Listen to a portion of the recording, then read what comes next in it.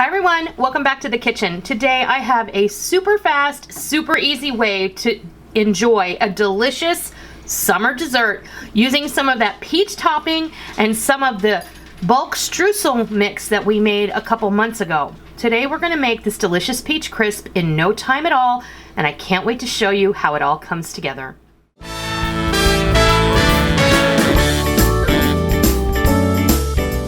Today we're going to take the remaining peach topping that I had in the fridge. It's still cold, so it looks a little bit milky, but we're going to turn this into a delicious peach crisp, and we're going to do that by using some of this beautiful bulk streusel topping that we made a few months back. I have had it in my freezer, and when you have this stuff in your freezer and at the ready, you can put this on muffins, you can put it on pies, you can use it to make a coffee cake. In this case, we're going to top our peach topping and use it as a filling, and we're going to make a wonderful peach crisp. The way that you do that is just spoon this on the top of our ramekins. These are easily tossed in the oven. You can also put this like in a big baking dish and just top it all off, and then you can bake it off. You have a couple of options here. You can bake this in the oven for about 20 to 25 minutes until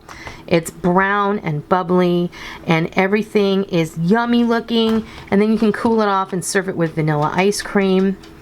Or you can pop this in the microwave. You can put this on like 50% power for about 5 minutes until everything starts to bubble, and that topping is going to crisp up just nicely because there's just enough flour in there, and the butter that's blended in is going to cook it, and it's going to cook in there, and it's going to get crispy and delicious. We're going to pop these in the oven and we're going to bake them off, and I'll be back and I'll show you what it looks like. Well, our peach crisps are out of the oven. Like I said, you can make them in the regular oven for about 20-25 minutes until they're brown and bubbly, or you can make these in the microwave for about 5 minutes. You're going to want to watch it because all microwaves are different, and when they start to bubble and squeak, you're going to want to just monitor it. When they're hot in the middle, they're done, and if you take them out, then you're going to be able to just wait a few minutes. That topping is going to crisp up after it gets exposed to the air, and it's going to be delicious. So you choose whether you use a microwave or not, it doesn't matter, but these are fantastic. They look amazing. These ramekins are each 2 servings, so keep that in mind. One person is not consuming one of these. It's just too big. But I'm gonna have Rick give this a taste. You can see the topping is beautiful. The filling is just lush and wonderful, and I'm gonna have him take a taste of it. What do you think? That is heavenly.